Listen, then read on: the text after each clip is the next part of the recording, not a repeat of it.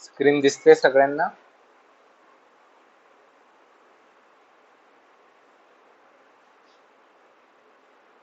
हो sir. Visible? हा. Bhushan, Bhagyashree, screen दिसते ना? हो सर. Yes sir. हा. सो जस्ट एक रिकॅप घेऊयात, काल काय पाहिलं. सो काल आपण जे सेशन घेतलं, म्हणजे आज सच एवढं डिटेलमध्ये काही घेतलं नाही, पण एक वेगळी गोष्ट आपण पाहिली. तर ती वेगळी गोष्ट काय ते आपण बघूयात. तर सगळ्यात आधी जसं मी सुरुवातीलाही सांगितले की आपण जेव्हा डिजिटल मार्केटिंग शिकतोय किंवा ऍज अ डिजिटल मार्केटर म्हणून प्रवास करणार आहेत, मग त्यामध्ये आपण आपला स्वतःचा व्यवसाय प्रमोट करू, दुसऱ्या कोणाच्या व्यवसायाची मार्केटिंग करू, किंवा मग काहीतरी इंटरनेटवरचे वेगवेगळे रिसोर्सेस वापरून आपण पैसे कमवू. ठीक आहे. आता जसं इथे सांगितलं की टेक्नॉलॉजी आहे पण आपल्याला आयटीचं काही नॉलेज नाही, बरोबर? तर मग ह्या गोष्टी कसं डील करायचं, म्हणजे मला टेक्नॉलॉजीचा वापर करून पैसे तर कमवायचे, बिझनेसची मार्केटिंग तर करायची, पण मला येत नाही, तेवढं इन डेप्थ नॉलेज नाहीये. तर मग त्यासाठी वेगवेगळे टूल्स आपल्याला मदत करतात. ठीक आहे. म्हणजे आपण जसं आता इंस्टाग्राम, फेसबुक, स्नॅपचॅट, गुगल पे हे जसे ऍप्लिकेशन्स वापरतो, प्रत्येक ऍप्लिकेशनचं काम वेगवेगळं आहे. त्याच पद्धतीने आपल्या डिजिटल मार्केटिंग फील्डमध्ये वेगवेगळे टूल्स असतात. ठीक आहे. म्हणजे या टूल्सचा उपयोग काय असतो, तर बरेचसे उपयोग आहेत. म्हणजे आता इथे एक आपल्याकडे 50+ टूल्स आहेत. ठीक आहे. यांच्यामुळे आपलं बरंचसं काम सोपं होतं. सोपं म्हणण्यापेक्षा इफिशियन्सी आपली वाढते आणि आपल्याला रिझल्ट लवकर डिलिव्हर होतात. म्हणजे जसं मी सांगितलं की टूल्स इज लाईक, नाही का, आपण काहीतरी मेहंदी किंवा काहीतरी साचा आहे, की मला एखादा लाडू किंवा करंजी हाताने बनवायची तर जितका वेळ लागणार आहे, त्याऐवजी माझ्याकडे जर तो साचा असेल तर कमी वेळामध्ये माझ्याकडनं व्यवस्थित सुंदर ती करंजी बनणार आहे किंवा लाडू बनणार आहेत. तर इथेही तसंच आहे. तर वेगवेगळे टूल्स आहेत. हे टूल्स आपण काल बघत होतो, कोणकोणते कसे कसे टूल्स आहेत. ठीक आहे. दुसरी गोष्ट की यामध्ये हे टूल्स खूप महाग आहेत. म्हणजे इंडिव्हिज्युअली आपण जर विकत घ्यायचं म्हटलं तर महिन्याला आपल्याला लाख ते ₹1.25 घालवावे लागतील. तर आपल्यालाही माहिती आहे की आता आपण तेवढे कमवतही नाही आणि तेवढ्या ह्याची गरजही नाहीये आपल्याला. तर मग इथं काल सांगत होतो की आपल्याला ना काही वेबसाईट्स आहेत, तर हे सगळे टूल्स ते स्वस्तामध्ये देतात आणि त्या वेबसाईटला ग्रुप बाईंग टूल वेबसाईट असं म्हटलं जातं. म्हणजे जर आता एखादी वेबसाईट आहे जिचं सबस्क्रिप्शन ₹10,000 तर इथं मला ते ₹200 मिळतं. ठीक आहे. तर हे काल मी दाखवत होतो की असे वेगवेगळ्या प्रकारचे टूल्स आहेत ज्यांचा उपयोग आपल्याला आपल्या पूर्ण डिजिटल मार्केटिंग मध्ये करायचा. मग ते टूल्स कसे वापरायचे, काय वगैरे, हे काल आपण शिकत होतो. आणि त्यासोबत आपण काल आपली जी पहिली मार्केटिंग मेथड आहे, सर्च इंजिन ऑप्टिमायझेशन, त्याला आपण सुरुवात केली होती. ठीक आहे. पण काल जसं भूषणी नव्हते किंवा योगेशी नव्हते, आय थिंक योगेश यांनी जॉईन केलं पण मधनं काही कारणास्तव ते लेफ्ट झाले होते. त्यामुळं थोडक्यात पण व्यवस्थित एक्सप्लेन करतो म्हणजे तुमच्या लक्षात येईल. सो बेसिकली पहिली गोष्ट SEO किंवा सर्च इंजिन ऑप्टिमायझेशन, ही डिजिटल मार्केटिंगची एक मेथड आहे किंवा आपल्यासाठी पहिली मेथड आहे. ठीक आहे. या मेथडचा वापर करून आपण इंटरनेटवरती आपला किंवा इतरांचा व्यवसाय फ्री ऑफ कॉस्ट प्रमोट करू शकतो. सी, आपण ज्या काही मार्केटिंग टेक्निक शिकणार आहोत, काही फ्री आहेत म्हणजे अजिबात पैसे लागत नाहीत, पण काही मार्केटिंग मेथड आहेत ज्यांना आपल्याला पैसे पे करावे लागतात आणि ज्याला बजेट किंवा ऍड स्पेंड असंही म्हटलं जातं. म्हणजे उद्या तुम्ही म्हटलं की नाही सर, एखादा युट्यूब व्हिडिओ प्ले होतोय आणि त्या युट्यूब व्हिडिओच्या वरती मला माझं जाहिरात व्हायला हवी, तर त्याला गुगल ऍड्स असं म्हटलं जातं किंवा व्हिडिओ ऍड्स असं म्हटलं जातं आणि त्यासाठी आपल्याला पैसे खर्च करावे लागतात. म्हणजे लक्षात घ्या, आपण ज्या काही मार्केटिंग मेथड शिकणार आहोत, काही फ्री आहेत जिकडे तुम्हाला अजिबात स्पेंड करायची गरज नाही, काही पेड आहेत. तर तुम्ही तुमच्या बजेटनुसार, तुमच्या बिझनेसनुसार आणि सगळ्यात महत्त्वाचं तुमच्या बिझनेसच्या रिक्वायरमेंट म्हणजे व्यवसायाच्या गरजेनुसार ठरवणार आहात की तुम्हाला फ्री वाल्या मेथड वापरायच्यात की पेड वाल्या मेथड वापरायच्या. ठीक आहे. तर आता आपण SEO का शिकतो, तर जसं मी सांगितलं की ही फ्री वाली आहे. म्हणजे एखाद्या व्यक्तीने तुम्हाला हायर केलं तर त्याला फक्त तुमची सॅलरी द्यायची आहे, बाकी इतरत्र कुठे पैसे स्पेंड नाही करायचे. पण तेच जर सपोजली गुगल ऍड्स असेल तर तुमची सॅलरी देऊन त्याला तिकडे 5-50 हजार स्पेंड करायचे, म्हणजे खर्च थोडक्यात वाढतो तिकडे जास्त. ठीक आहे. तसं इथे वाढत नाही. त्याच्यामुळे मार्केटमध्ये आता SEO किंवा सर्च इंजिन ऑप्टिमायझेशन एक्झिक्युटिव्ह किंवा सर्च इंजिन ऑप्टिमायझेशन फ्रीलान्सर या पोस्टसाठी, या डेझिग्नेशनसाठी खूप सारे वर्क अपॉर्च्युनिटीज आहेत. म्हणजे फ्रीलान्सिंग असतील किंवा मग जॉब, पण खूप साऱ्या अपॉर्च्युनिटीज आहेत म्हणजे डिमांडमध्ये. तर आता आपण जर तुम्ही हे शिकलात तर माझ्याकडे जसं मी सांगितलं क्लायंट्स असतात ज्यांच्याकडे मी तुम्हाला काम देऊ शकतो. तर मग हे तुम्ही आता शिकलात तर within a next 15 days to 1 month मी लगेच कोणत्या तरी क्लायंटकडे तुम्हाला चिटकू शकतो. मग जिथे तुम्ही घरनं त्या क्लायंटसाठी काम करू शकता. याने काय होणार तुमची अर्निंग सुद्धा स्टार्ट होऊ शकते आणि तुम्हाला एक्सपिरियन्स सुद्धा येईल. म्हणून आपण एसईओ हे फर्स्ट शिकतोय. कारण काय माझे जे क्लायंट आहेत फॉर एक्झाम्पल तर आता गुगल ऍड्स आहेत की जिकडे बाबा काहीतरी 20-25 हजार रुपये स्पेंड करावे लागतात. तर तो क्लायंट ते गुगल ऍड्स ही मार्केटिंगची जी काही टेक्निक आहे किंवा त्याला जर रन करायचे असेल तर तो तुमच्याकडे कधीच नाही देणार. कारण तो काय म्हणेल की तुम्ही एक फ्रेशर आहात, एक इंटर्न आहात, तुम्ही व्यवस्थित रन नाही करता आली ऍड, तर त्याचे एवढे 20-25 हजार रुपये वाया जातील. मग त्यामुळं जेव्हा नाही का जिथं जिथं पेड ऍडव्हर्टाइजमेंट हा प्रकार आहे तर ते फ्रेशरच्या किंवा मग इंटर्नच्या हातात देत नाही. मग ते म्हणतात अरे नाही कोणीतरी आम्हाला एक्सपिरियन्स हवाय 6 month 1 year की ज्यांनी रन केलेले आहेत त्याला माहिती आहे कसं चालतं असं. म्हणजे थोडक्यात पेड ऍडव्हर्टाइजमेंटच्या अपॉर्च्युनिटीज फ्रेशरसाठी सुरुवातीला फार कमी असतात. हा एक्सपिरियन्स मिळाल्यानंतर तुम्हाला खूप साऱ्या अपॉर्च्युनिटीज मिळतात पण ऍज अ फ्रेशर खूप कमी आहेत. आणि म्हणून आपण काय करतो ज्या फ्रीवाल्या आहेत म्हणजे जसं आता एसईओ आहे किंवा दुसरी आपली एसएमओ सोशल मीडिया ऑप्टिमायझेशन किंवा अशा तत्सम खूप साऱ्या फ्रीवाल्या मार्केटिंग मेथड आहेत ज्यांना खूप जास्त डिमांड आहे. तर या मार्केटिंग मेथड सुरुवातीला शिकतो सो दॅट तुमचं काम सोपं होतं. ठीक आहे. तर आता आपण सुरुवात करूयात एसईओ पासून. ठीक आहे. तर एसईओ सुरुवात करायला तुम्हाला आधी एक बेसिक टर्मिनॉलॉजी समजून घ्यावी लागेल जी कालही मी सांगितली होती आणि आज पुन्हा सांगतो. ठीक आहे. तर एसईओच्या बेसमध्ये सगळ्यात एक बेसिक कन्सेप्ट येते सर्च इंजिन. हे समजून घेणं गरजेचं आहे. ठीक आहे. तर सर्च इंजिन एक असं प्लॅटफॉर्म असतं जे ऍज अ आपण दोन्ही साईड बघूयात. आधी युजरची साईड बघूयात आणि मग बिझनेसची साईड बघूयात. तर सर्च इंजिन हे एक असं प्लॅटफॉर्म आहे जे आपल्यासारख्या ह्युमन युजर्सला इंटरनेटवरची माहिती शोधून आणून द्यायचं काम करतं. सी काय ना दोन गोष्टी आहेत. इंटरनेट जे आपण म्हणतो आता आपल्या डे टू डे लाईफ मध्ये वापरतो हे खूप मोठं आहे, खूप मोठं आहे आणि त्याच्यावरतून माहिती शोधून आणणं आणि ती बघणं हे एका ह्युमनसाठी किंवा एका माणसासाठी प्रॅक्टिकली इम्पॉसिबल आहे. म्हणजे मी तुम्हाला काय सांगितलं नाही का की एक मोठा ट्रक उलटा केलाय मातीचा किंवा एखादी नदी आहे किंवा एखादा समुद्र आहे आणि त्यात सुई टाकल्या आणि म्हटलं जा ती सुई शोधून आणा. तर ती मिळणं प्रॅक्टिकली इम्पॉसिबल आहे. राईट. तसंच इंटरनेट हे खूप मोठं आहे. तर त्यावरती तुम्हाला एखादी माहिती डायरेक्ट शोधायची असेल तर नाही मिळणार. तुम्हाला कोणीतरी मदतनीस लागेल. सो सर्च इंजिन हा एक असाच प्लॅटफॉर्म आहे जो तुम्हाला इंटरनेटवरची माहिती शोधून आणून द्यायचं काम करतो. ठीक आहे. आणि दुसरी गोष्ट की का आपल्याला सर्च इंजिनची गरज पडते तर पहिले तुम्ही सांगितली की बाबा इंटरनेट खूप मोठं आहे तर तुम्हाला शोधता नाही येणार. आणि दुसरी सगळ्यात महत्वाची गोष्ट इंटरनेटवरती जी इन्फॉर्मेशन आहे ती वेगळ्या भाषेत आहे. ठीक आहे. म्हणजे भाषा म्हणजे काय आपण बघूयात. त्याला म्हटलं जातं बायनरी लँग्वेज. सी आता मी सर्च करतो इथे.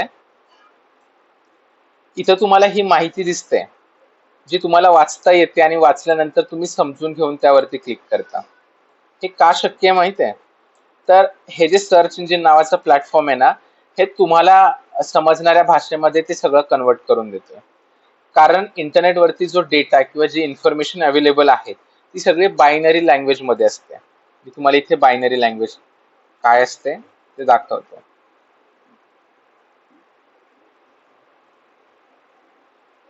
सी बायनरी लँग्वेज म्हणजे एक अशी कम्प्युटरची भाषा आहे जी 0-1च्या फॉर्मॅटमध्ये चालते. म्हणजे आता इथे सिंपल तुमच्या लक्षात येईल. मी एक ओपन करतो.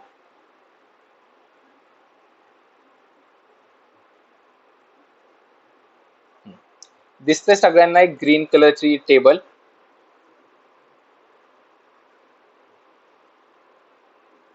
दिसतोय ना सगळ्यांना. Yes, yes, sir. हा. आता सिंपल बघा. तुम्हाला केतन किंवा तुमच्या नावाचा जरी शब्द टाईप करायचा तर किती 001 टाकावे लागतील आणि आपल्याला कळणार आहे का की त्याचा अर्थ तोच होतो म्हणून. नाही कळणार. म्हणजे इंटरनेट किंवा कम्प्युटर आहे ना त्यांना ही भाषा समजते 0-1 वाली पण ती आपल्याला समजत नाही. म्हणजे उद्या जरी तुम्ही इंटरनेटवरती शोधायला गेले तर सगळीकडे तुम्हाला 0-1 0-1च दिसणार. कळणारच नाही ती माहिती कोणत्या वेबसाईट बद्दल आहे, काय काहीच कळणार नाही, मुळात वाचताच येणार नाही आपल्याला. मग हे सर्च इंजिन काय करतं ना, 0-1 ला हे ह्युमन रिडेबल अल्फाबेट मध्ये कन्वर्ट करतं. म्हणजे आता ही जी माहिती दिसती आपण वाचू शकतोय का, तर सर्च इंजिन नावाच्या प्लॅटफॉर्मने ती ह्युमन रिडेबल फॉर्मॅट मध्ये कन्वर्ट केली आहे. ठीक आहे, म्हणजे लक्षात आलं सर्च इंजिन किती महत्वाचं आहे आजच्या काळामध्ये. का, त्याच्यामुळे काय होतं आपल्याला, तर इंटरनेटवरची माहिती वाचता येते. सो इथे मी लिहितो, search engine helps to find information from internet and convert it into human readable language. एवढं बेसिक. ओके, म्हणजे त्यांनी दोन फायदे काय करून दिले, तर शोधायला मदत केली जे मला शोधणं अवघड होतं, आणि दुसरं ती वेगळ्या भाषेत होती जी मला समजली नसती, ती समजून सांगायला मदत केली. सो इथे मी लिहितो, it help to find information from internet, आणि दुसरं तो काय करतो, it converts information in human readable language. See, इतकं सोपं, इतकं छान आहे. आता दुसरी बाजू समजून घ्यात, कारण आता आपण बिझनेस साठी मार्केटिंग शिकतोय. आता बिझनेस साईटला कसं सर्च इंजिन मदत करतं. सी, आता आपण प्रत्येक जण असं म्हणूयात की डिजिटल मार्केटिंग शिकतो, ज्यामध्ये आपण वेबसाईट बनवतोय आणि त्या वेबसाईट वरती तुम्ही वेगवेगळी माहिती टाकताय, बरोबर. तर आता मी एखादी वेबसाईट बनवली, त्यावरती माहिती आहे, पण आता माझ्याप्रमाणे हजारो लाखो करोडो वेबसाईट्स आहेत इंटरनेटवरती. ठीक आहे, आणि जसं मी सांगितलं, मी जरी टेक्स्ट फॉर्मॅटमध्ये इन्फॉर्मेशन टाकली माझ्या वेबसाईटवरती, तरी जेव्हा ती वेबसाईट इंटरनेटवरती जाते तेव्हा ते टेक्स्ट फॉर्मॅट ऑटोमॅटिकली 0-1च्या फॉर्म मध्ये कन्वर्ट होतो. मग अगेन 0-1 मध्ये कन्वर्ट झाल्यामुळे एका नॉर्मल ह्युमनला, एका नॉर्मल युजरला ते समजून घेणं अवघड जाणार आहे. सो हा काय मदत करतो, फर्स्ट सर्च इंजिन काय मदत करतो, search engine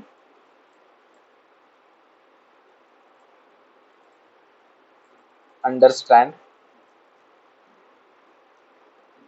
web content from business website and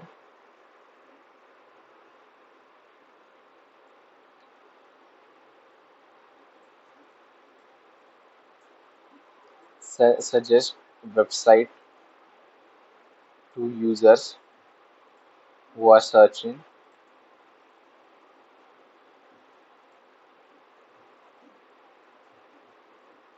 on internet. म्हणजे कशा पद्धतीने बिझनेसला मदत करतो, तर हे सर्च इंजिन काय करतं, समजून घेतं की तुमची वेबसाईट कशाबद्दल आहे, आणि त्यानंतर जी लोक इंटरनेटवरती शोधायला येतात, म्हणजे फॉर एक्झाम्पल आता माझी वेबसाईट डिजिटल मार्केटिंग ट्रेनिंग बद्दल आहे, तर सर्च इंजिन ते समजून घेईल की हा Indian digital marketer, this website is all about digital marketing training. आणि आता जेव्हा पुण्यातली किंवा आसपासची लोक सर्च करतील digital marketing training institute in Pune, तेव्हा तो त्यांना माझी वेबसाईट रेकमेंड करेल. म्हणजे थोडक्यात, from business side this search engine helps business to reach user, म्हणजे आपल्याला तो कस्टमर पर्यंत पोहोचवायला मदत करतो. म्हणजे अशा प्रकारे सर्च इंजिन हे प्लॅटफॉर्म काम करतात.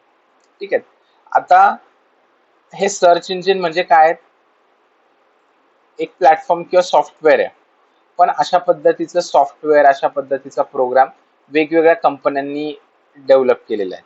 म्हणजे जसं आता आपण म्हणतो मोबाईल फोन हा एक डिव्हाइस आहे, पण मग ऍपलही बनवतं, सॅमसंगही बनवतं, रेडमी बनवतं, रिअलमी बनवतं. तर अशा ज्या वेगवेगळ्या कंपन्या आहेत, त्याच पद्धतीने सर्च इंजिन हे काही सॉफ्टवेअर किंवा प्रोग्राम बनवणाऱ्या पण वेगवेगळ्या कंपन्या आहेत, खूप नाही आहेत, लिमिटेड आहेत. म्हणजे पहिली आहे गुगल, नंतर आहे याहू, बिंग, एक्सेट्रा. तर या काही पॉप्युलर कंपन्या आहेत की ज्यांनी सर्च इंजिन नावाचं सॉफ्टवेअर किंवा प्रोग्राम बनवलं जे लोकांना मदत करतं. ठीक आहे, तर आता इंडियामध्ये गुगल हे सगळ्यात जास्त वापरलं जातं.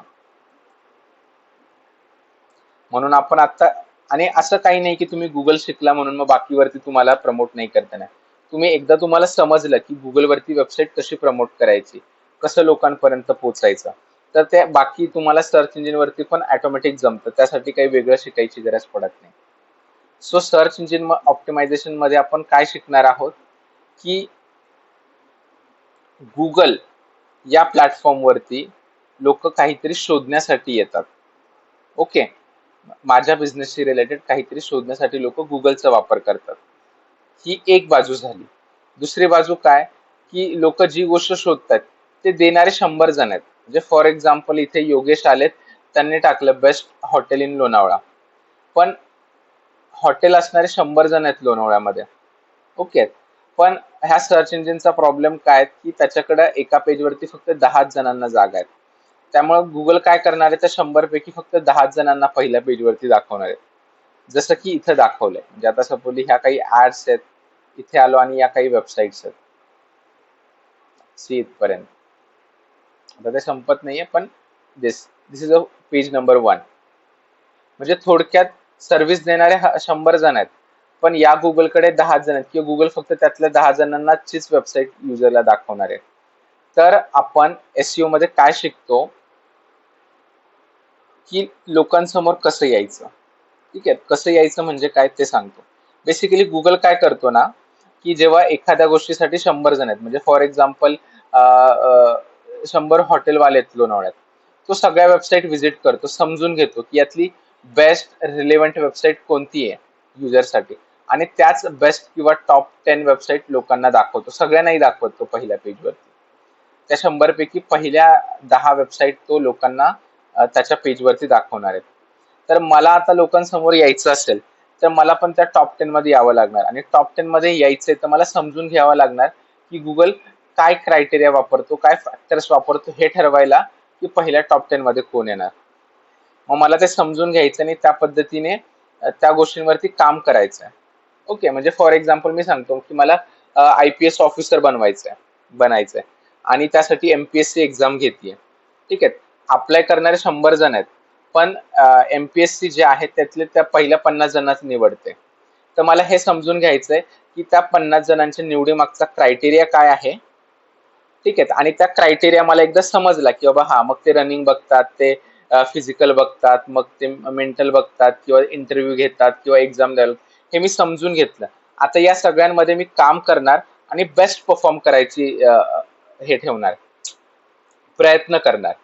ठीक आहे, का तर मला बाकीच्या, म्हणजे आता सपोज 500 लोकांनी एक्झामसाठी अप्लाय केले, जागा 50 आहेत, तर मी जास्तीत जास्त काम करणार, जास्तीत जास्त प्रयत्न करणार, चांगलं परफॉर्म करायचं, सो दॅट मी पहिल्या 50 मध्ये यायला पाहिजे. मी एकदम सिंपल एक्झाम्पल करून सांगतो, पुन्हा बघा. IPS किंवा PSI एखादी पोस्ट घेऊयात आपण. ओके, या PSI पोस्ट आहेत, 50 जागा आणि 500 लोकांनी अप्लाय केलंय. ठीक आहे, पण ती डेझिग्नेशन कोणाला, पहिल्या 50 जणांनाच मिळणार आहे. तर मला जर PSI व्हायचंय तर मला आधी समजून घ्यावं लागणार की MPSC बोर्ड किंवा जी संस्था आहे, तर ती MPSC PSI बनण्यासाठी काय काय चॅलेंजेस किंवा कोणकोणत्या परीक्षा द्याव्या लागतील हे मी आधी समजून घेईल. त्यानंतर त्या परीक्षांमध्ये बेस्ट परफॉर्म करायचा प्रयत्न करेल, सो दॅट माझं रँक हा पहिल्या 50 मध्ये आला पाहिजे. कारण पहिल्या 50 मध्ये आलो तरच माझं सिलेक्शन होऊन मी PSI होणार आहे. इथेही तसंच आहे. जर तुमची इच्छा आहे गुगलने तुमची वेबसाईट लोकांना दाखवावी आणि त्यानंतर लोकांनी तुमची वेबसाईट व्हिजिट करावी, तर पहिले तुम्हाला काय करावं लागणार, यासाठी प्रयत्न करावे लागणार की गुगलची जी टॉप 10 पॉलिसी आहे त्यामध्ये तुम्हाला यावं लागणार. आणि त्यामध्ये येण्यासाठी तुम्हाला आधी हे शिकावं लागणार की गुगल काय फॅक्टर किंवा काय गाईडलाईन्स वापरतो टॉप 10 वेबसाईट निवडण्यासाठी, हे आधी समजून घ्यावं लागणार. आणि त्यानंतर समजून घेतल्यानंतर त्या गोष्टीवरती काम करावं लागणार आणि तुम्हाला प्रूव्ह करावं लागणार की तुमची वेबसाईट बेस्ट आहे इतरांपेक्षा. कारण जर तुम्ही प्रूव्ह करू शकले तरच गुगल तुमची वेबसाईट लोकांना दाखवणार, अदरवाईज दाखवणार नाही. एसईओचं बेसिक सगळ्यांच्या लक्षात आलं. हो sir. Yogesh, yes sir. Bhagyashree, Yes, sir. हा. सो आता आपला पहिला पॉइंट आहे की आपण हे समजून घेऊयात हाऊ एसईओ वर्क्स. दुसरं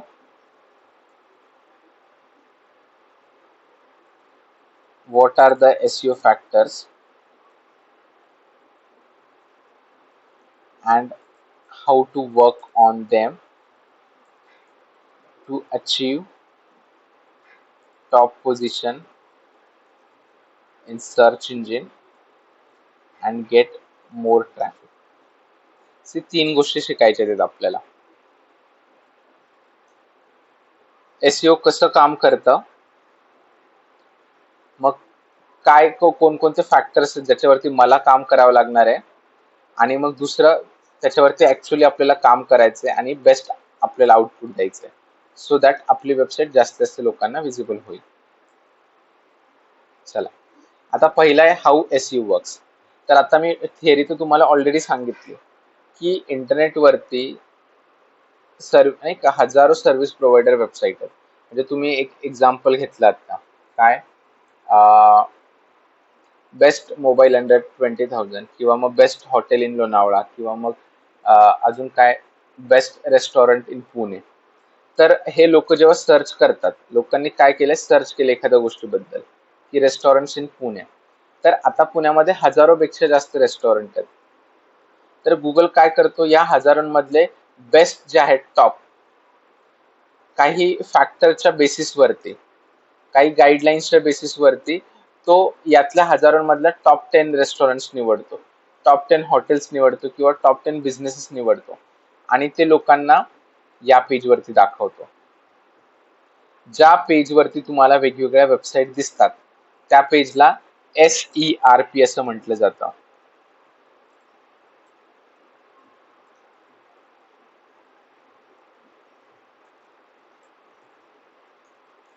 is a page by search engine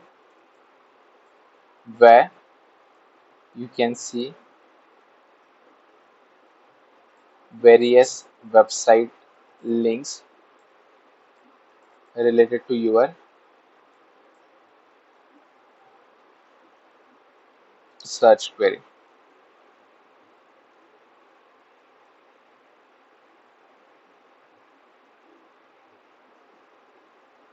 म्हणजे लक्षात घ्या, आता तुम्ही गुगलला काही सर्च केल्यानंतर जे पेज येतं त्याला SERP असं म्हटलं जातं.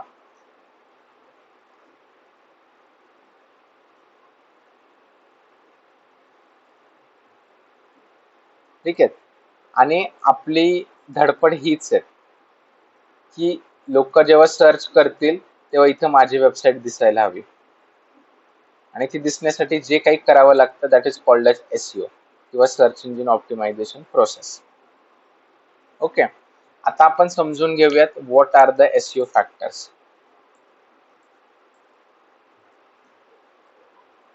ठीक आहे, SEO फॅक्टर्स म्हणजे असं काही चेकलिस्ट असते की त्या चेकलिस्ट प्रमाणे आपल्याला काम करावं लागतं आपली वेबसाईट गुगलला रँक करण्यासाठी. SEO factors are the guidelines to help search engine understand your business and rank on their SER. So SEO factor म्हणजे असे काही गाईडलाईन आहेत, चेकलिस्ट आहेत की बाबा ज्याच्यावरती आपल्याला काम करावं लागतं, आणि त्यालाच SEO फॅक्टर्स किंवा SEO गाईडलाईन्स असंही म्हटलं जातं. म्हणजे एक एक्झाम्पल,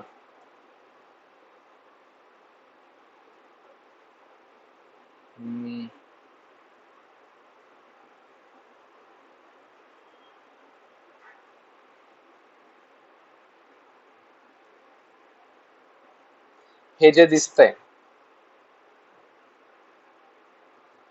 ही काय एक चेकलिस्ट आहे. म्हणजे जर तुम्हाला US चा व्हिसा हवाय तर तुम्हाला या गोष्टी लागणार, म्हणजे तुमचं पासपोर्ट, त्यानंतर फोटोग्राफ, त्यानंतर DS-160 confirmation, interview appointment letter आणि US व्हिसा फ्री रिसिप्ट. म्हणजे ह्या काही चेकलिस्ट आहेत, ही तुम्हाला जर व्हिसा हवाय तर तुम्हाला ही चेकलिस्ट फुलफिल करावी लागणार, राईट, आणि त्यानंतरच तुम्हाला ती व्हिसा मिळणार. सेम इथंही असंच, इथंही असे काही फॅक्टर्स किंवा चेकलिस्ट आहे म्हणजे एक असं म्हणूयात आपण 200+ गाईडलाईन्स आहेत, किंवा आपण त्यांना आता फॅक्टर्स हा शब्द वापरूया.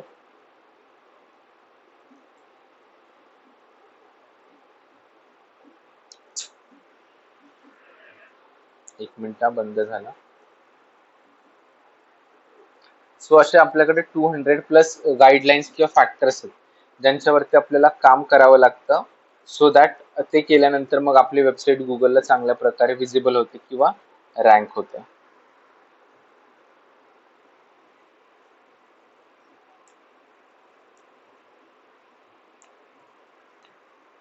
एकच मिनिट. पण आणि यात टेन्शन घ्यायची काही गरज नाहीये, कारण हे 200 फॅक्टर्स आपल्याला अजिबात लक्षात ठेवावे नाही लागत. तर आपल्याकडे जे वेगवेगळे टूल्स आहेत, सॉफ्टवेअर्स आहेत, त्यांच्या मदतीने आपण ते सगळं बघू शकतो, किंवा मग कोणकोणता यातला फॅक्टर आपल्याकडनं फुलफिल झालाय, कोणकोणता नाही झालेला, ते आपल्याला कळतं त्यातनं.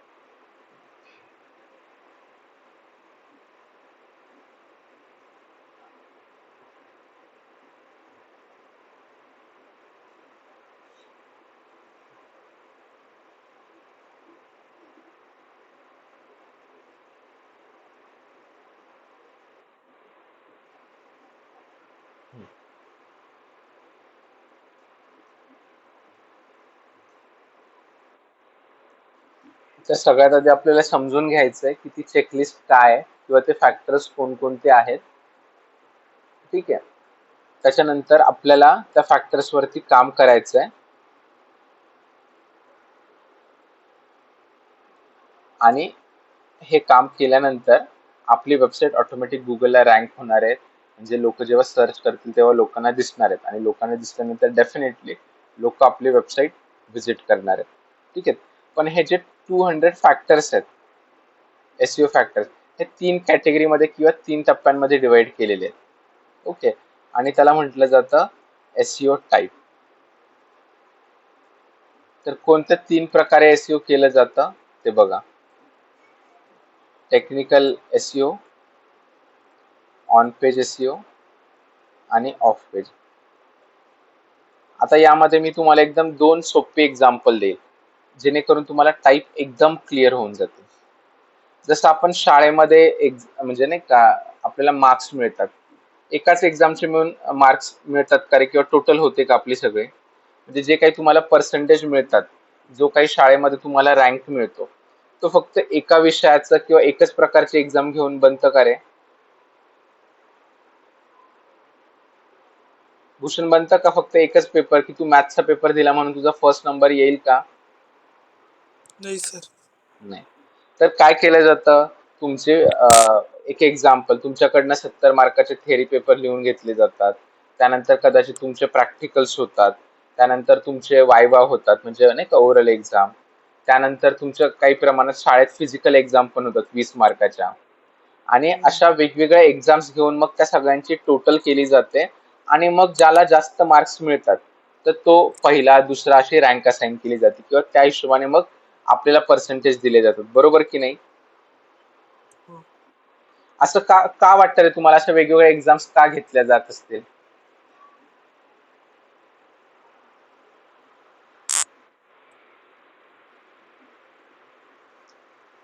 सांगता येईल का कुणाला, का अशा बायफर्केशन केलं जातं, वेगवेगळे एक्झाम का घेतल्या जातात? त्याचं कारण असं आहे की कोणावरती अन्याय होऊ नये. म्हणजे बघा, जर 100 मार्काचा फक्त थेअरी पेपर ठेवला असता, ओके, तर मग जो एकदम नाही का म्हणजे असं रट्टा मारणार आहे किंवा खूप स्टुडियस अकॅडमिक स्टुडंट आहे, त्याला चांगले मार्क मिळाले असते, तो पास झाला असता. पण एखादा थोडासा कमी हुशार आहे, तर तो पास होऊ शकला नसता. ठीक आहे. म्हणजे त्यांचं असंच आहे की कुठेही पार्शालिटी होऊ नये. ठीक आहे, सगळं एकदम फेअर राहिलं पाहिजे कॉम्पिटिशन, आणि यासाठी त्यांनी ते 4 प्रकारे डिवाइड केलेलं आहे. तसंच इथं पण जेव्हा आपण एसईओ करतो तर त्यांनी जे काही फॅक्टर्स आहेत, जे वेबसाईट रँक करण्यासाठी लागतात, तर ते फॅक्टर्स त्यांनी 3 टप्प्यामध्ये डिवाइड केलेले आहेत.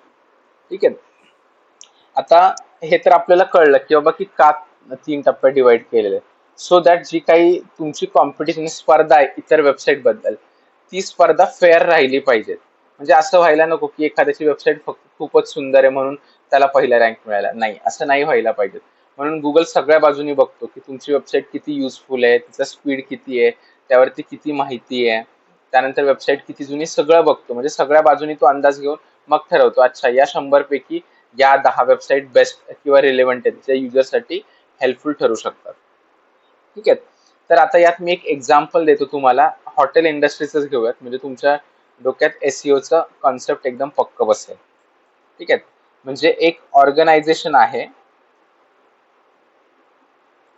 त्या ऑर्गनायझेशनने ठरवलं की चला आपण यावेळी पुणे शहरामध्ये किंवा मुंबईमध्ये एक सर्वे कंडक्ट करूयात आणि ठरवूयात की मुंबईमधली टॉप 10 रेस्टॉरंट्स कोणती आहेत. असं त्या ऑर्गनायझेशनने ठरवलं की काय करायचंय, आपल्याला शोधून काढायचंय मुंबईमधली टॉप 10 रेस्टॉरंट्स कोणती आहेत. कसं ठरवतील रे ते, काय सांगू शकतं का कोणी? How they will decide. आता मुंबईमध्ये एक तर हजार, म्हणजे काय मी म्हणतो 5-10 हजार छोटे मोठे हॉटेल्स असतील. कसं ती एक ऑर्गनायझेशन किंवा ती कंपनी कसं ठरवेल या 5-10 हजार हॉटेल्स मधले हे 10 हॉटेल्स किंवा रेस्टॉरंट बेस्ट आहे? कसं ठरवतील, काय वाटतं तुम्हाला? सांगा तुमचं मत. सर योगेश काय जी वाटतं? हा हा, बोल भूषण. सर जी हॉटेल कंपनीचे पूर्ण फॅक्टर्स किंवा गाईडलाईन्स फुलफिल करेल त्याला ते कन्सिडर करतील त्यांचे टॉप बरोबर. 10 हॉटेल्समध्ये. हा, म्हणजे ही कंपनी किंवा ऑर्गनायझेशन काहीतरी फिल्टर ठेवेल, काहीतरी फॅक्टर्स ठेवेल, बरोबर. त्याच्या बेसिस वरती ती या हजारो रेस्टॉरंटला जज करेल आणि मग त्यातनं निवडून काढेल ना 10, बरोबर की नाही? हो. फक्त असं आहे का की नाही मग हे हॉटेल जुनं आहे म्हणून आपण मग यालाच निवडूयात, असं करेल का ती कंपनी? नाही. मग ती फेअर कॉम्पिटिशन नाही राहणार ना. मग ती ऑर्गनायझेशन काय करेल, काहीतरी एक 10-20-30-50 फॅक्टर लावेल की या फॅक्टरच्या बेसिसवरती प्रत्येक हॉटेल जज केलं जाईल. ओके, आणि मग त्यातले बघेल की कोणाचा स्कोर सगळ्यात जास्त होतो, आणि त्यानंतर ज्याचा स्कोर सगळ्यात जास्त होईल त्यांना टॉप 10चा नॉमिनेशन दिलं जाईल. तर आता माझ्या हिशोबाने ते काय, कशा प्रकारे 3 हे बघा वापरतील. पहिला आहे टेक्निकल फॅक्टर.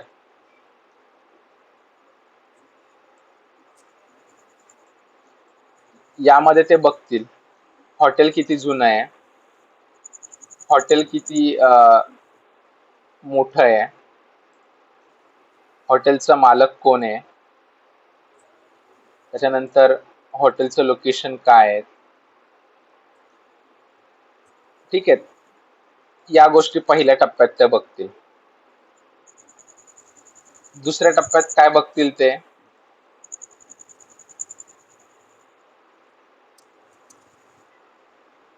बघतील की सर्व्हिस कशी आहे, टेस्ट कशी आहे,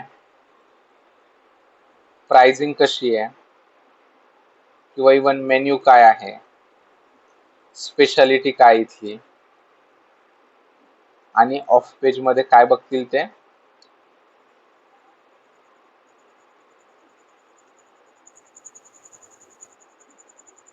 कस्टमर फीडबॅक. म्हणजे ते लोकांना विचारतील काय हो तुमच्या मते कोणते हॉटेल चांगलं आहे. ठीक आहे, म्हणजे लोकांचं ओपिनियन पण घेतील ते, आणि मग या बेसिस वरती ते ठरवतील की बाबा कोणते टॉप 10 आहे, असं मला वाटतंय. तुम्हाला काय वाटतंय? बरोबर वाटतंय का जे मी सिलेक्ट केले ते? सर ऑन पेज वर फीडबॅक यायला पाहिजे ना. नाही, ऑन पेज म्हणजे ते आतलं बघतात. ऑन नाही का, म्हणजे इंटरनल आतमध्ये. Factors hmm? Internal factors services. हा, yes, internal factors. On page म्हणजे इंटरनल गोष्टी, बरोबर. ऑफ पेज म्हणजे एक्सटर्नल, की लोकांचं मत काय. योगेश, काय वाटतं, बरोबर ठेवलंयत का मी?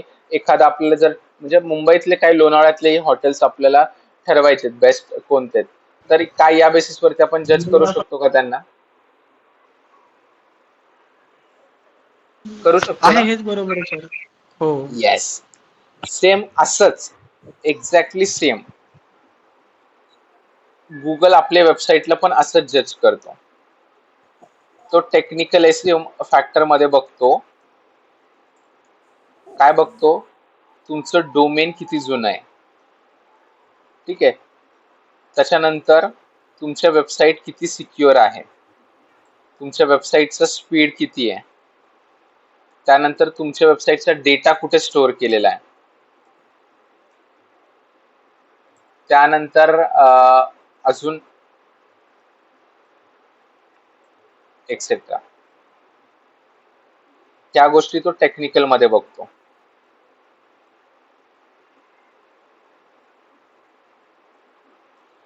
ऑन पेज मध्ये तो इंटरनल गोष्टी बघतो, म्हणजे तो बघतो की तुमची वेबसाईट किती रिस्पॉन्सिव्ह आहे, ठीक आहे. त्याच्यानंतर वेबसाईट वरती किती कंटेंट आहे, वेबसाईट किती युजर फ्रेंडली आहे,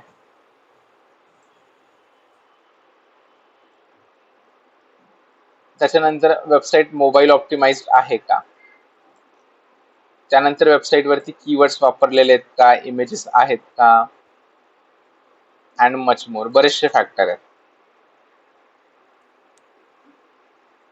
म्हणजे आतलं बघतो तो वेबसाईटचं.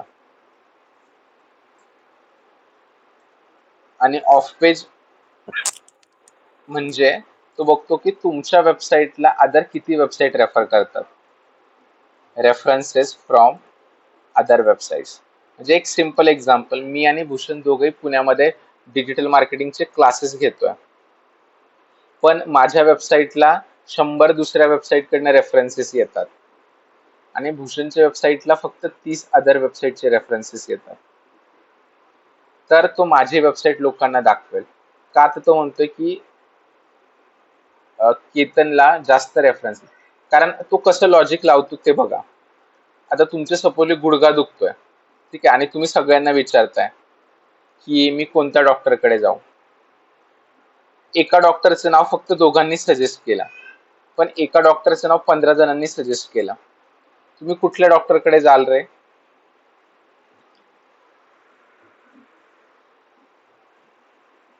ज्या डॉक्टरचं जास्त सजेशन आहे तिकडे. एक्झॅक्टली, म्हणजे आपण काय बघितलं रे, की कोणाला जास्त रेफरन्सेस येतात. गुगल पण तेच बघतो. त्याचं म्हणणं काय ना, रेफरन्सेस जास्त म्हणजे तितका ट्रस्ट, विश्वास असोसिएटेड आहे, म्हणजे तितकी लोक त्याला ओळखतात असा अर्थ होतो.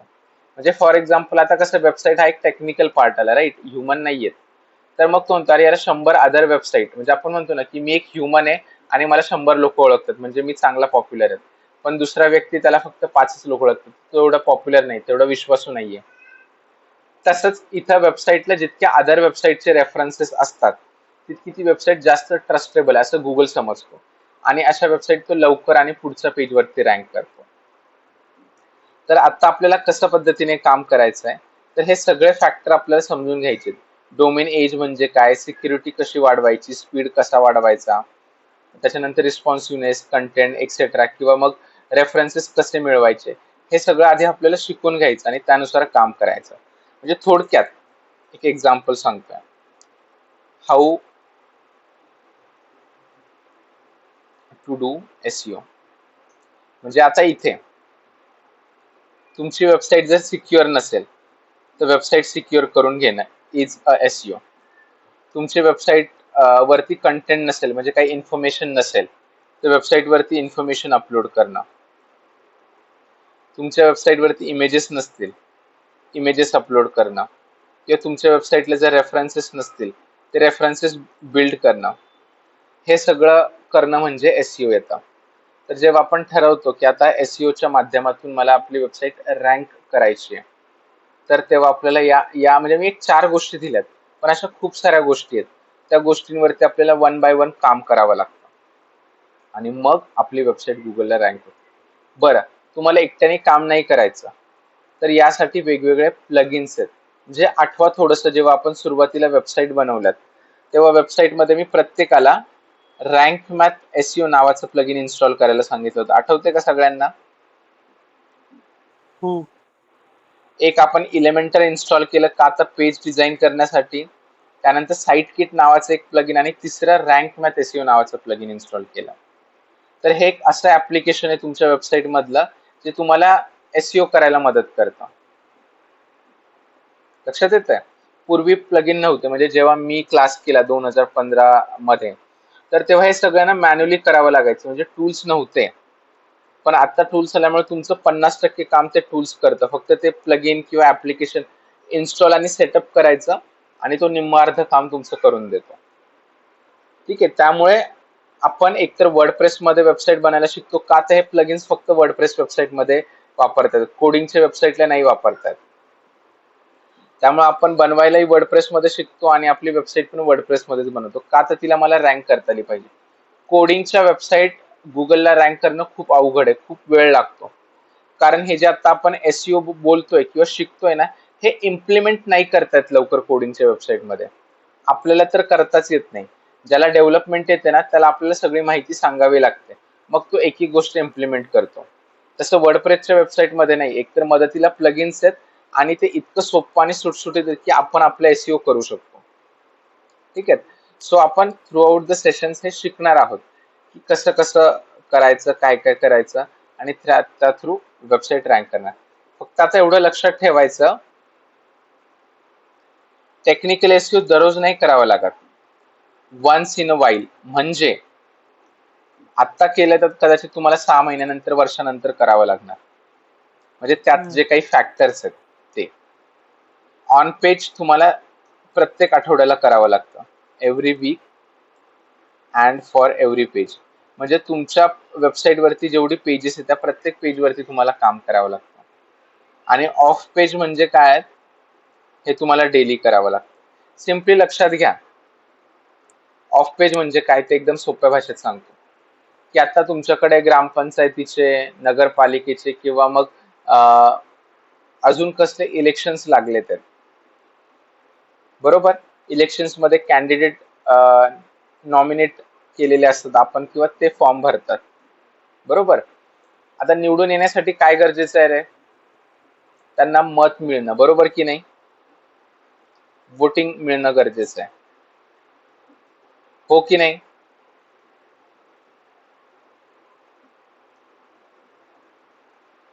बरोबर की नाही. निवडणुकीमध्ये जिंकून यायचंय तर वोटिंग होणं गरजेचं आहे की नाही आहे. हो सर, गरजेचं आहे. हा. मग तुम्ही फिरलाच नाही तुमच्या वॉर्डमध्ये, प्रभागामध्ये, लोकांकडे मत मागितलीच नाही, ते लोक तुम्हाला मत देतील का, नाही. नाही. कारण ते तुम्हाला ओळखतच नाही. तुम्ही जितके जास्त फिराल तितकी जास्त लोक तुम्हाला बघतील. सगळेच तुम्हाला वोटिंग नाही करणार, पण त्यातली काही लोक तरी तुम्हाला वोट करणार आहेत ना. पण तुमचं काम काय, तुम्हाला फिरावं तर लागणार आहे. सेम असंच आहे. दुसरी वेबसाईट अशीच तुम्हाला रेफरन्स नाही देणार, तर तुम्हाला प्रत्येक वेबसाईट व्हिजिट करावी लागणार, त्यांना सांगावं लागणार की माझी वेबसाईट या बिझनेस बद्दल आहे, अशी अशी आहे. त्यांनी तुम्हाला रेफर करू ना करू ते तुमच्या हातात नाहीयेत, पण तुम्हाला तुमची इन्फॉर्मेशन त्यांच्या वेबसाईटवरती जाऊन अपलोड करावी लागते. म्हणजे जसं तो इलेक्शनचा कॅन्डिडेट समोरच्याने मत देऊ नको देऊ, प्रत्येक आया बहिणींच्या पाया पडतो, त्यांच्या दरवाजावरती स्टिकर लावतो, त्याच पद्धतीने इथेही आपल्याला आपल्या वेबसाईटची माहिती दुसऱ्या वेबसाईटवरती सबमिट करावी लागते. मग त्यांनी ठेवली तर म्हणायचं ते आपल्याला रेफर करतात, त्यांनी नाही ठेवली तर म्हणायचं ते आपल्याला रेफर करत नाही. पण आपल्याला ते दररोज करावं लागतं का, तर जितके जास्त रेफरन्सेस, जितक्या जास्त बॅकलिंक्स, तितकी आपली वेबसाईट लवकर आणि वरती रँक होते. इथपर्यंत क्लिअर आहे सगळ्यांना. हो sir. Yogesh, Bhagyashree. Yes, sir. म्हणजे सर्च इंजिन ऑप्टिमायझेशन मध्ये जे काही काम करायचंय ते 3 टप्प्यात करायचं, एवढं तर कळलं सगळ्यांना. हो. कारण जेव्हा कामाला सुरुवात करणार तेव्हा आपल्याला प्रोसेस बायफर्केट करावी लागते ना. म्हणजे आता जसं योगेश हॉटेलमध्ये आहे. ओके, तर योगेश जाळ्या आपण दररोज नाही काढत, बरोबर, आठवड्यातनं एकदा काढतो, बरोबर. हो. पण क्लिनिंग, हाऊसकीपिंग दररोज होते. त्याच्यानंतर बरोबर. प्लंबिंगचं किंवा इलेक्ट्रिसिटीचं ऑडिट दररोज होतं का? नाही होत. 6 महिन्यातनं किंवा 4 महिन्यातनं होतं, बरोबर की नाही. म्हणजे हॉटेल बरोबर. चालवण्यासाठी काही कामं आहेत. काही कामं दररोज करावी लागतात, काही आठवड्यातनं करावी लागतात, तर काही 6 महिने वर्षातनं करावी लागतात. सेम इथंही असंच आहे.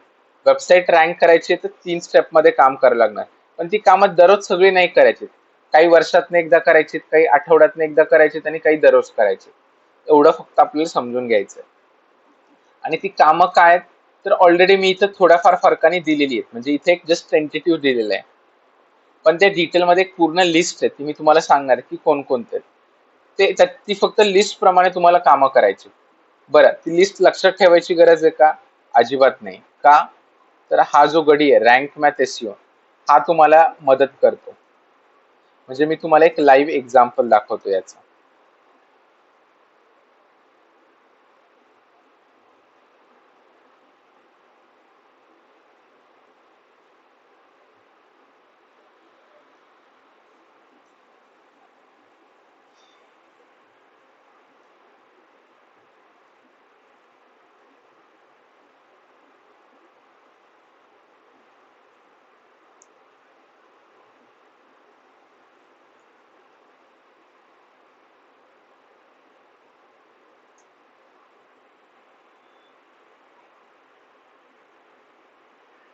म्हणजे एक जस्ट टेंटेटिव्ह दाखवतो तुम्हाला मी, तुमच्या लक्षात येईल.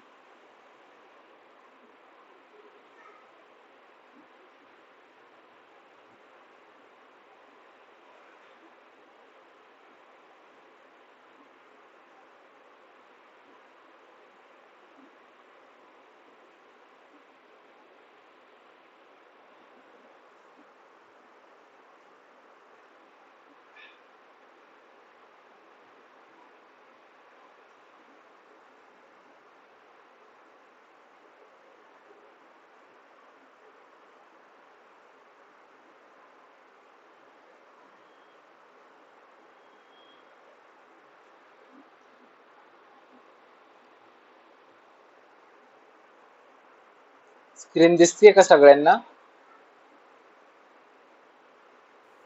नाही.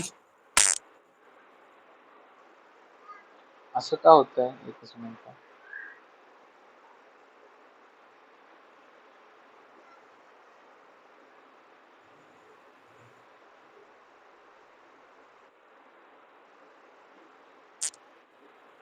आता दिसतंय? हो. एक मिनिट, वेबसाईट लोड होते.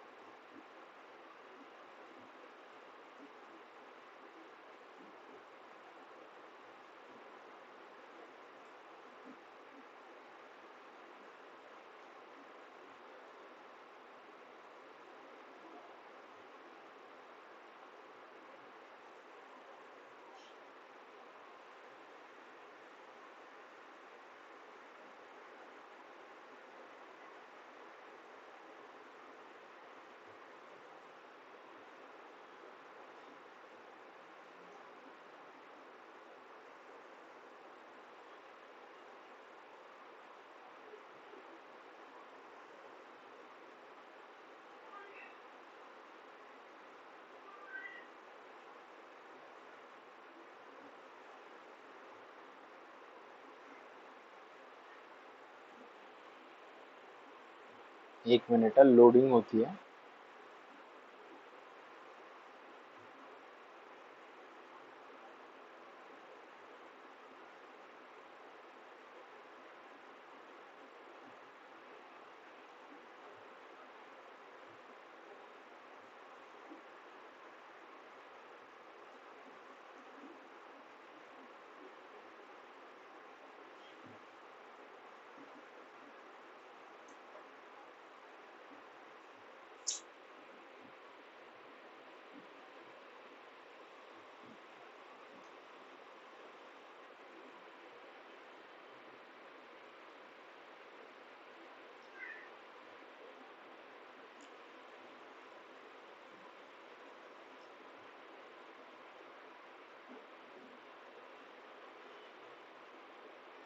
तरी प्रॉब्लेम होतो, वेबसाईटच लोड नाही होत.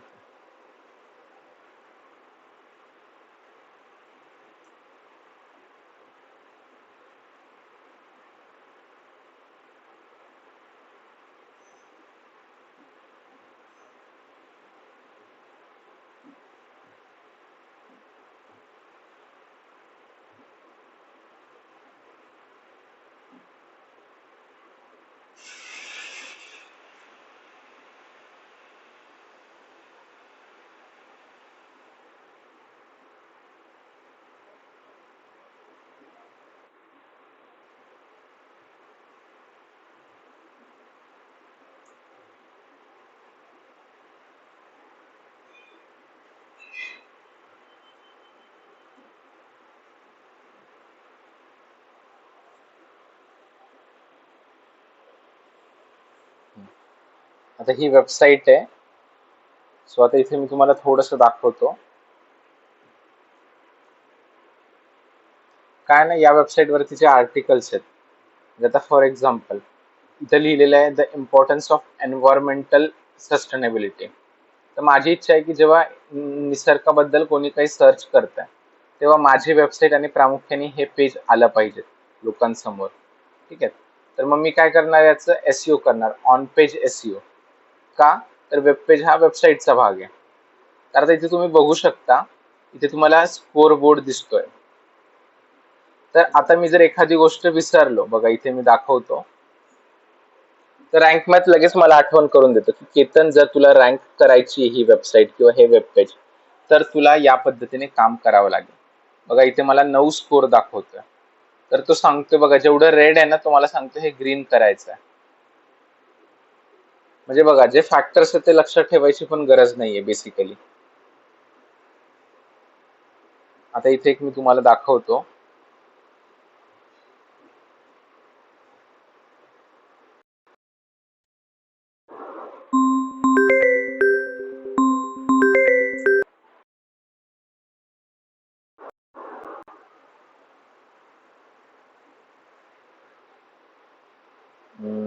सुपर फूड्स हा एक कीवर्ड घेऊयात. बघा लगेच 67 झाला, म्हणजे काही ग्रीन झाला आणि बाकीचं काही रेड आहे. एक एक्झाम्पल दिलं. म्हणजे थोडक्यात असं, हा प्रत्येक जो रेड आहे ना एरर, तो आपल्याला ग्रीन ग्रीन करत जायचा आहे.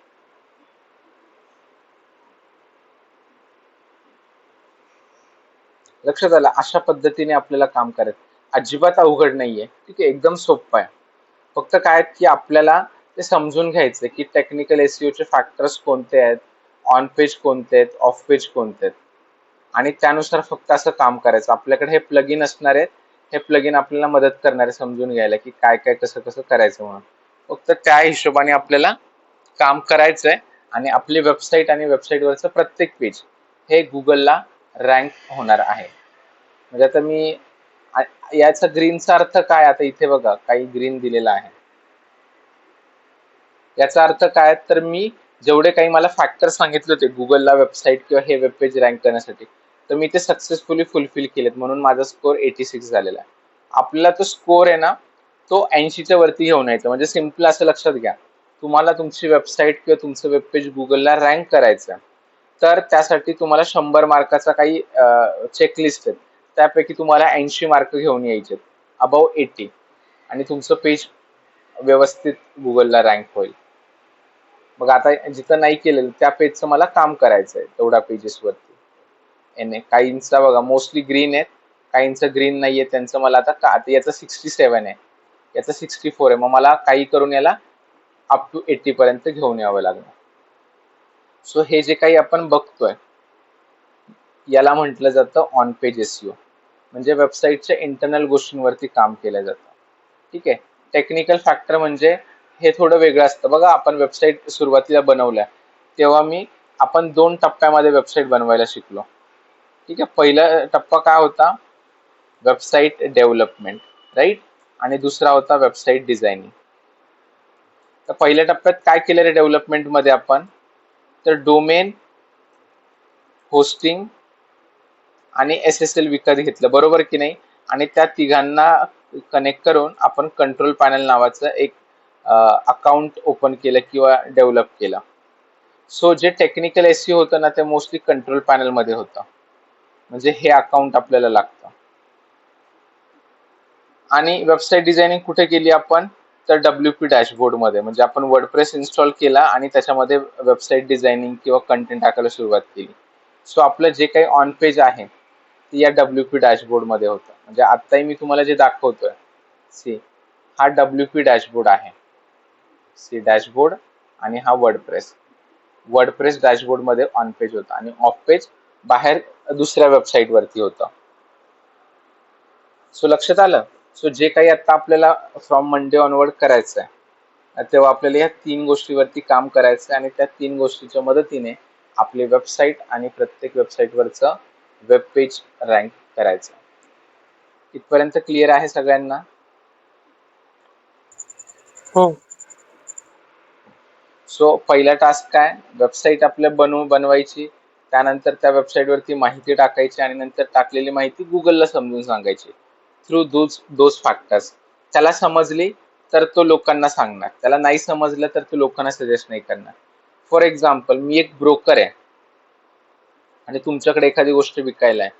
तुम्ही मला म्हणजे तुम्हाला समजावताच नाही आलं मला की ती वस्तू काय किंवा तिचा फायदा काय, तर मी सांगू शकेल का रे लोकांना? नाही. पण तुम्ही मला व्यवस्थित सांगून सांगितलं, सर ही क्रीम लावली ना केस पांढऱ्याची काळी होतात, ठीक आहे, चेहऱ्यावर सुरकुत्या पडल्या असेल तर त्या सुरकुत्या जाऊन चेहरा तजेलदार होतो. म्हणजे तुम्ही तुमचं प्रोडक्ट बद्दल मला सांगू शकलात तर मी माझ्या कस्टमरला देऊ शकतो, जे लोक मला विचारतात. इथेही असंच आहे, गुगलला जर तुमची वेबसाईट नाही समजली तर तो लोकांना रेकमेंड सजेस्ट नाही करू शकणार. सो युजिंग एसईओ आपण प्रयत्न करतो की मी गुगलला माझी वेबसाईट समजून सांगेल, प्लस हेही सांगेल की मी बेस्ट कसा आहे. कारण माझ्यासारखे समजून सांगायला 100 जण येतील, पण त्यातलं तो त्यांचीच वेबसाईट लोकांना दाखवणार जे त्यातले बेस्ट आहेत. म्हणजे 100 100 जण आले म्हणून 100 जणांच्या वेबसाईट तो लोकांना नाही दाखवणार, त्यातल्या 10च लोकांची वेबसाईट तो पहिल्या पेजवरती दाखवणार आहे. सो इन अपकमिंग सेशन्स आपण हेच शिकणार आहोत की हे सगळं कसं करायचं, फॅक्टर्स काय आहेत आणि त्याच्या मदतीने पेजेस रँक कसे करायचे. आणि इव्हन आपल्याला दिसतंय, म्हणजे मी तुम्हाला एक एक्झाम्पल दाखवतो लगेच.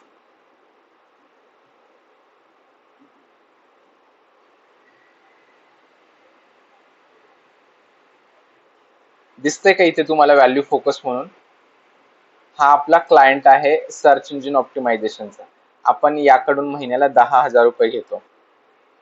म्हणजे आधी हा कुठेच दिसत नव्हता, ठीक आहे. मग आता बघा तो मग 10व्या, मग 9व्या, 8व्या, 7व्या पेजवर. पण तुम्ही कधी स्वतः 10व्या पेजवरती गेलेत का रे गुगल वरती? सर स्क्रीन शेअर न झाली तुमची. अच्छा अच्छा, सॉरी, एकच मिनिट.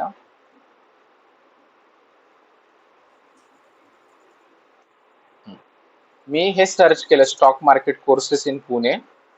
इथे जी दिसतीये ना ही वेबसाईट व्हॅल्यू फोकस, हा आपला सर्च इंजिन ऑप्टिमायझेशनचा क्लायंट आहे. म्हणजे हा आपल्याला महिन्याला पैसे पे करतो. तर म्हणजे जेव्हा वेबसाईट बनवली ना ती गुगलला कुठेच दिसत नव्हती, मग ती 10व्या, 9व्या, 8व्या पेजवरती आली. पण तुम्ही जाता का रे 8व्या पेजवरती? नाही. आपण फार फार तर दुसऱ्या पेज पर्यंत जातो, लय झालं तर तिसरा, पण 9व्या 10व्या पेजवरती कोणी जात नाही. मोस्टली आपण काय करतो, पहिलं किंवा दुसरंच पेज बघतो. मग त्यात तो म्हटला, अरे नाही, जेव्हा लोक stock market courses in Pune search करतील ना तेव्हा पहिल्या पेजवरती माझी वेबसाईट आली पाहिजे. सो आता बघा पहिल्याच पेजवरती आहे, फक्त खाली आहे 1 2 3 4 5 6 7 8 आणि 9th पोझिशनला आहे. सो आता माझं टार्गेट काय, ती 8व्या 7व्या आणि काही दिवसांनी इथे आली पाहिजे पहिल्या दुसऱ्या पोझिशनला. लक्षात आलं? आणि ती येण्यासाठी काय करतो, काहीच नाही, जे तुम्हाला शिकवतोय तीच गोष्ट आपण तिकडे इम्प्लिमेंट करतोय. लक्षात आलं? हो. हा, तर आता आपल्याला तेच करायचंय. आता त्यासाठी आता मागच्या ऍक्च्युली थोडं घरी मेडिकल इमर्जन्सी होती, त्यामुळे जमलं नाही. फक्त हिमांशूची वेबसाईट झाली आहे, पण तुमच्या तिघांची बाकी आहे. सो आता जसं बघतो की उद्या मी फोन करेल, तुमच्यापैकी जसं जसं कोणी अवेलेबल असेल तसं आपण डोमेन घेऊन प्रोफेशनल वेबसाईट बनवणार आहोत. कारण जे तुम्हाला दिलंय ते सब डोमेन्स होतं, प्रॅक्टिससाठी आहे, ते शिकण्यासाठी आहे सब डोमेन. आणि मेन डोमेन वरती जी वेबसाईट बनणार आहे त्यातनं तो एक तर तुमचा बिझनेस प्रमोट होईल किंवा ब्लॉगिंगच्या माध्यमातून तुम्हाला अर्निंग स्टार्ट होईल. क्लिअर आहे इथपर्यंत सगळ्यांना? हो सर. हो सर. येस. सो आता मी उद्या फोन करेल, जसं अवेलेबल असेल तसं कनेक्ट करू. बट बिफोर मंडे तिघांच्याही वेबसाईट आपण बनवणार आहोत, सो दॅट मंडेला जे काही आपण शिकतोय ते तुम्हाला तुमच्या वेबसाईट वरती इम्प्लिमेंट करायचं आहे. लक्षात आलं? हो सर. येस. ओके, चल. हो सर. मग आज इथेच थांबूयात आणि मंडेला सेम टाइमला कनेक्ट करूयात. ठीक आहे? हो. आणि भूषण, आजचा आणि कालचा दोन्ही व्हिडिओ मी अपलोड करतो. म्हणजे सकाळी जमलं नाही मला, पण आता सेशन झाल्यानंतर काही वेळात लगेच अपलोड करतो. तू कालचे व्हिडिओ हो सर. योगेश तुम्ही बघू शकता आणि भूषण तूही बघू शकतोस. हो सर, चालेल. ओके. या सर नोट्स पण करून द्या टेक्स्ट. हो चालेल, नोट्स पण टेक्स्ट करतो मी. हो हो सर, येस. चालेल. ओके, चलो. Bye bye. Good night. Good night. Bye.